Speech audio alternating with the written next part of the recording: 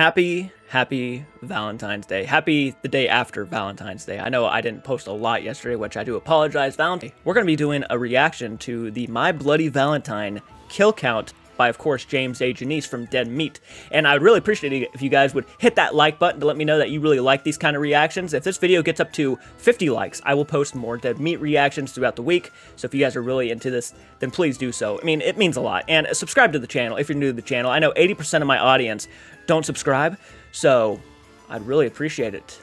And look, I'm going to be honest with you on a personal level. I would really appreciate it if you would go the extra mile for me. I don't ask for much in this life, but the least you could do is please press that subscribe button. I beg you. I beg you. Church needs food. He needs food. He needs his cat food. Just, if you're not going to do it for me, do it for Church. Church is my cat. He's adorable. I'll post a picture of him right here. So if you could say no to my face, that's fine. But you please don't say no to his face. All right, let's go ahead and react.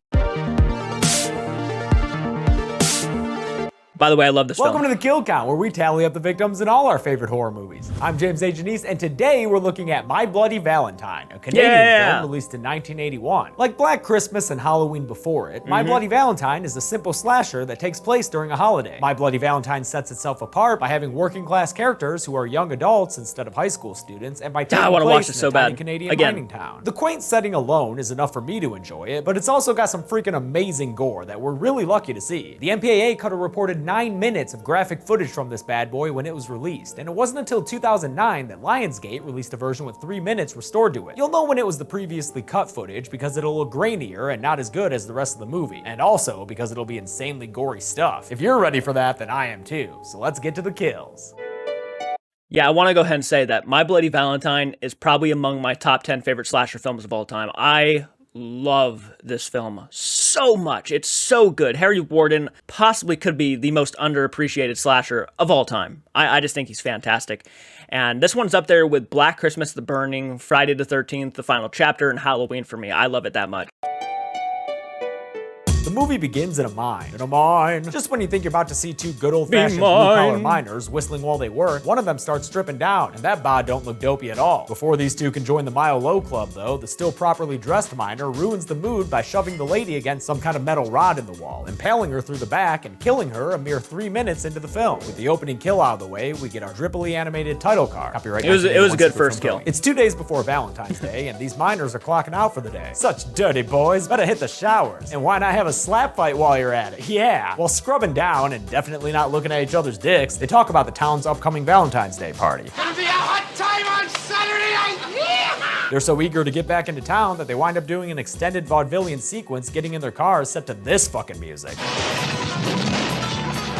It's got some weird moments, yeah. As they drive into town, we get some nice shots of Sydney Mines, Nova Scotia, the actual mining community filling in for Valentine Bluffs, the little town with the big heart. With a name like that, you know this place is gonna celebrate Valentine's Day with a big old dance, and that's why all the miner girlfriends, they're not under 18, they're the girlfriends of the miners, are decorating Union Hall for the big event. Mayor Hanniger, who also owns the mine we just saw, isn't too pumped though. The town hasn't had a V-Day dance in 20 years because of an as-of-yet unknown tragedy that happened back then. But this lady Mabel doesn't let him put a damper on her excitement. Maybe her enthusiasm will be quelled by a dead body falling on her. Just kidding, that dude ain't dead. It's just mining apprentice Howard being a big goof. Mayor Hanniger reprimands him, then goes inside, which instantly upsets his son TJ, who's recently returned to town after having failed to make it big out on the West Coast. It's not my fault he couldn't make it on his own. But now that he's back here, he's my son and he's working in the mine. Even worse, TJ's ex-girlfriend Sarah and he's working in the mine. Axel while he was gone. Tough break, dude. On his way out the door, TJ bumps into Chief Newbie, played by Don Franks, who has a ton of fun facts about him. For instance, his nickname was Iron Buffalo, and he was the first voice of Boba Fett when the character appeared in the atrocious Star Wars Holiday Special, which, by the way, you can watch me getting drunk to and making jokes about in a video here. As he and the mayor are leaving, Howard rushes out with a Valentine's Day gift someone left for Papa Hanniger. There's a threatening note warning the mayor not to forget about the past attached to the heart-shaped box, and he may be forever in debt to that priceless advice because inside is an actual bloody human heart. That night at the Cage, a much less kinky bar than it sounds like, bartender Happy gives off some crazy Ralph vibes as he tells the movie's backstory to the audience and this barfly who looks like he stumbled in from a shipwreck. 20 years ago, the town had a big old Valentine's Day dance that was so bumpin', these two mining supervisors dipped out early to hit it up. Since they didn't check the methane levels on their way out, a big explosion happened that trapped 5 miners underground, all while the dance went on and the supervisors laughed and drank. After a 6-week effort to dig the bodies out, the rescuers found one of the miners, Harry Warden, still alive, having survived on a healthy diet of miner forearm. Again, that's the forearm of a mining dude, not of an underage child. Harry Warden went to a state mental hospital, but returned to town exactly 1 year later, celebrating Valentine's Day 1961 by murdering the 2 irresponsible mining supervisors. We only see one of the murders on screen, but since we hear that he cut out both their hearts and left them in candy boxes, and we see 2 bloody boxes at that night's Valentine's Day dance, I'll go ahead and count both of them on the list. The end of the legend is that every February 14th, Harry Warden returns to town and slinks around the Hanniger mine to make sure no one's having any Valentine's Day fun, or else he'll kill him with his pickaxe. Happy warns the kids not to have the dance, but he's not taken super serious. Look, if I was left underground because people were having a Valentine's Day party, I would probably not be a fan, even more so if not a fan of Valentine's Day either. I'd be like, I hate this fucking holiday, fuck it, I almost died because of it. I completely understand, but him to go full-on psycho mode is, yeah, probably taking it a little bit too far. Happy's not the only one pissing on this bar night's parade. There is a lot of tension going on between TJ, who looks real uncomfortable in this mining town, his ex Sarah, who tells him it's his own fault for leaving like he did, and Axel, who seems to be pretty controlling and insecure about Sarah now that TJ's returned. Speaking of people who have returned to town, looks like Harry Warden is strolling down the street, breathing heavily in his mining mask, during a classic early slasher POV shot. He watches Mabel work on dance decorations, then leaves her a gift while she's in the back. She finds it and reads the note that has another threatening rhyme in it, and then the lights go out and Mabel is attacked by the mining man. He gets her on the ground and kills her off screen with his pickaxe, but the off-screen death is made up for when Newbie finds her the next day in one of her dryers, her body burnt to a crisp as the tumble cycle finishes. And this is the kind of stuff that was only recently restored, as you can see by the quality of the footage. The effects look great though, and it honestly took me aback the first time I saw it. The mining boys have a junkyard party where TJ and Axel finally have an open conversation about their little situation. Only after an impromptu harmonica duet though, of course. Because why not? Man, I love Canadians. Axel's position is that Sarah's with him now, and that's TJ's fault for leaving town like he did. While TJ says it's obvious that Sarah really wants to be with him. This is the kind of interesting character stuff that makes me really enjoy this movie. You get the prodigal son aspect of TJ's character and a murky love triangle played realistically. For instance, the next day, Sarah's chatting to her friend Patty about how both dudes kinda suck right now, with TJ always sulking and Axel just being kind of a doucher. Newbie calls the mental hospital that Harry Warden was committed to, but the lady there can't find any records of him, which means he was either transferred, released, or deceased. Between that alarming piece of news and Mabel's perm-pressed body, the mayor orders the dance canceled. Newbie locks up Union Hall and tells the kids that come Valentine's Day, Valentine Bluffs will essentially be the town from Footloose. No dances allowed. The mining boys continue their feud, almost getting into a subterranean brawl before the supervisor breaks them up, and after work, TJ goes into town and friggin' abducts Sarah. Will you stop this? I don't want to go with you. Are you listening to me? Nope. Okay, dude. Pretty sure kidnapping's a felony here in the States, but maybe things are different up in Canada. He takes her right near the beach, boy, and they have a heartfelt conversation about how he was too ashamed to write or call after he ate shit out west. It's a nice character scene with the perfect touch of Canadian to it.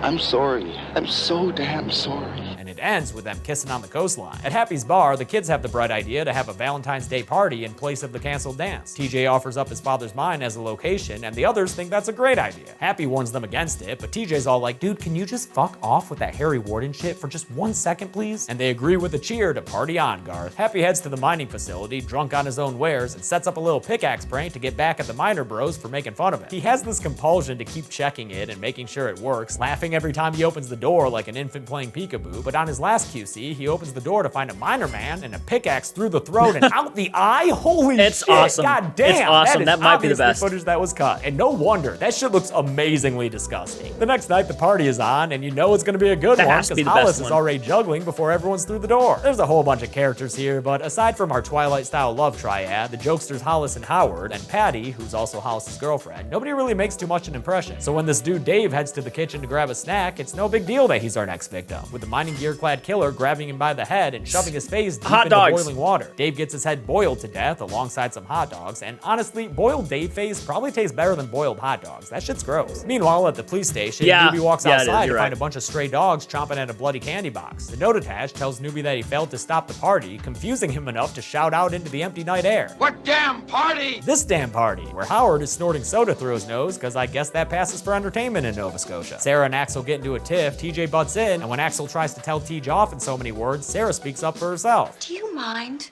I have my own mouth, thank you. She says she's sick of being the Bella of this ball. A plague on both your houses. A full-on fistfight erupts, and Axel's definitely got the upper hand. So it's up to good bro Hollis to break these boys up. Better storm out of there with a super dramatic beer can opening, Axel. Nice, dude. Stick the landing with that door. Perfect. You've earned yourself a private corner cry. Go ahead and get gross with it. When Teach tries apologizing to Sarah, she voices what the audience is thinking. I just don't care anymore.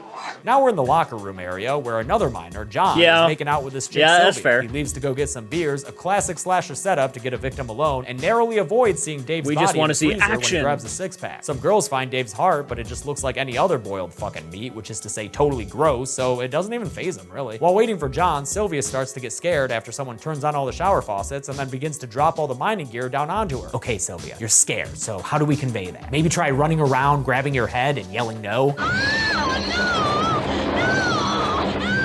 Excellent. Happy's body drops down too to scare her even more, and then the mining man shows up and grabs her by the head to carry her into the bathroom area and just impale her on one of those shower pipes. A lot of blood coming out of her there, and it's a pretty sweet image that looks like it was mostly cut. What the hell did they even leave in this movie? John returns, and after briefly getting excited by the prospect of shower sex, finds her body and realizes with alarm that he will not, in fact, be getting laid tonight. Okay, John, so you're scared. So to convey that, you're gonna, oh, great, you already know the head grab move. Good work. Patty wants to take a trip into the mine to cheer Sarah up and distract her from her double fuckboy problem. She convinces Hollis, Howard, and I'm sorry, I didn't catch your names, but come along anyway so we can get a couple more kills. TJ tries to tell him no, but the 6 of them promise they'll be right back up in no time. Here's a fun game. Guess how many of them won't? Going down to the mine does seem like a pretty fun time, especially with the beer all of them and but the blankets girl they've got, and friggin' Hollis as their Jungle Cruise captain leading the way. It's like an underground roller coaster, just like the kind I'd always try to make in Roller Coaster Tycoon until the game told me those rides were too intense for the guests. Once they're down there, Hollis starts a tour, but the red shirt couple, whose names are Mike and Harriet, break off from the rest of the tour group to go have some hanky-panky. Back up topside, one of those kitchen gals has finally found Dave's body, and John bursts in with the news that Sylvia has been killed as well. This obviously causes a bit of a sensation. Harry Warden, he's here! Everybody get the fuck out! And everyone does get the fuck out. TJ tries the phone but finds the line cut. Then he tells Axel about the group underground. So while the rest of the party hightails it out of there, the two of them head to the elevator so they can go on an underground rescue mission. As Hollis leads Sarah, Howard, and Patty out of the mine, they hear some lights breaking behind them. They can't see it, but Mining Man is going on a rampage, busting out lights to get things nice and spooky for the third act. The group runs into TJ, who tells them Harry Warden is back and they're gonna be in trouble. Hey now,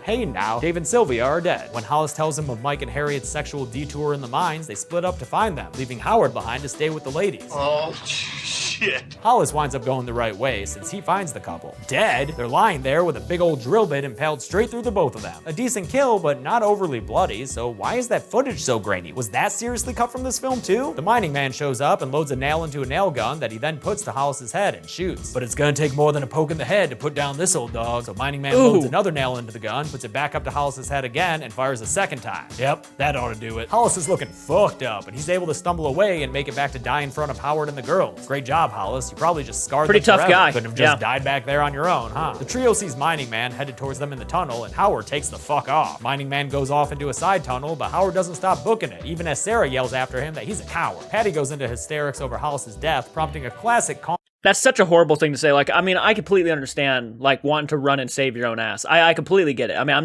I would never leave my girlfriend or anybody, you know, but I couldn't really fault somebody for wanting to make a run for it either. I mean, calling him a coward for trying to escape. If those two were down there, I personally would be grabbing them by the shirts and being like, let's get the fuck out of here right now. Like, we're running. Sorry.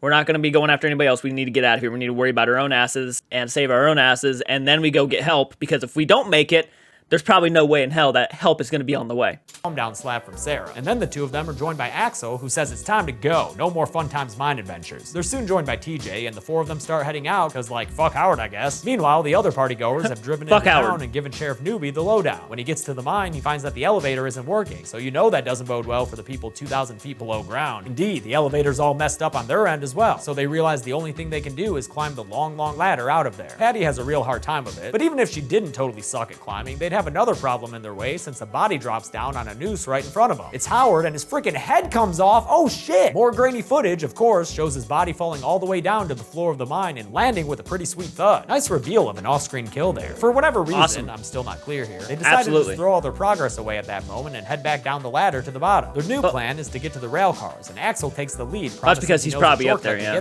But after TJ and the girls get a little bit ahead of him, they hear Axel cry out and a big splash in some water. They go back to where they left him, and it looks like like the dude fell into this 60 feet deep water. You want to try to help him out or just keep going? It's too late for Axel. Come on. Okay, abandonment it is. And now it's TJ's turn to send the others ahead and disappear off screen with a loud noise. The girls continue on their own, but they don't make it very far before Patty gets a pickaxe to the gut from the mining man coming around the corner. She takes a good long while to die, staring up at the murderer as she slinks to the ground and even giving him a bit of a hard time when he's like, okay, I need my pickaxe back. Sarah runs off and is enjoying her new official final girl status when she runs into TJ, who's bleeding from the head, but he says not to worry about it. They make it back to the minecart when the murderer shows up, ready to mine their bodies for blood. They all wind up aboard the mining cart as it heads back to the surface, which gives us a fun little train ride chase sequence aboard the cart. Meanwhile, Newbie's reinforcements finally arrive at the facility and he tells them the elevator no worky, so they head down the same tunnel the mining cart is in. But TJ and the mining man have a fight that eventually knocks them off the cart again, and Sarah jumps off to help out her man because she ride or die like that. They have the matchup we've always wanted to see, pickaxe versus shovel, and the fight leads the two of them and Sarah into a little side room that looks like it has a few too many load-bearing pillars. How about you guys take care of that for us? Thanks. Mining man eventually gets the better of TJ, but before he can take this knife and do the damn thing, Sarah leaps up and unmasks him to find out that it's Axel, of fucking course. TJ asks why, and we're treated to a flashback where it's revealed that Axel was the son of one of the mining supervisors who got murdered 20 years ago, and I mean, Axel, you've actually got to communicate this stuff. TJ and Sarah can't see this flashback you're having. It zones him out long enough for TJ to hit him with a rock, and then the room starts collapsing in on them. TJ and Sarah make it out safely right as Newbie and co arrive, and TJ tells his dad and Newbie that the killer wasn't Harry Warden, it was Axel. The rescue mission finds Axel's hand in the wreckage and yell that he's alive, so Sarah runs back to see him for whatever reason. When she goes to touch his arm though, he grabs her. Surprising given that he's actually cutting that arm off with a knife. Dude, you gotta wait at least 100 odd hours to resort to that shit. They pull his arm out, like, you know, just his arm, and watch as Axel gallops away into the mine, laughing crazily and telling Sarah to be his bloody Valentine. The credits play under a song about pretty Harry creepy, Warden yeah. that actually isn't half Honestly. bad. For the legend they say on a Valentine's Day. But you didn't watch this to hear the Ballad of Harry Warden. You Yeah, I watched did. it to see people get killed and their bodies tallied up. So let's check our work and get to the numbers. You have to give it though to the one where the guy's opening the door and he gets the pickaxe through the mouth. That one is easily has to be the most creative one out of all of them. I think so, at least. Hug me, aw. 16 people died in My Bloody Valentine. The victims consisted of 11 guys and 5 girls, a more than 2-to-1 dude-heavy ratio. With a runtime of 93 minutes, that comes out to a kill on average every 5.81 minutes. I'll give the golden chainsaw for coolest kill to Happy. A lot of great deaths in this movie, but Happy's actually made me yell aloud when that pickaxe came out through his eye socket. Dull machete for lamest kill will go to Patty, whose slow lingering death after a simple pickaxe to the gut was a letdown after every other kill was pretty inventive. And that's it. My Bloody Valentine was released in 1981, and alongside Black Christmas, kinda cements my love for early Canadian slashers. And just like with that movie, they did make a remake of this, but I'm sorry, I couldn't find the time to cover that one too this year. But cheer up, Friday is Nightmare 5 The Dream Child, and until then, I'm James A. Janice. This has been the Kill Count. Okay, yeah, so that was a pretty solid video, right? You know, the fact that they are Canadian made. I have a lot of respect for Canadian horror. I mean, they're just fantastic in my personal opinion. So guys, comment down below. Let me know your guys' thoughts. Do you guys agree with the best and the worst kill? I'm curious to hear your guys' down below. Hit the like button, subscribe, and I'll check you guys out in the next video. Keep it retro and do take care.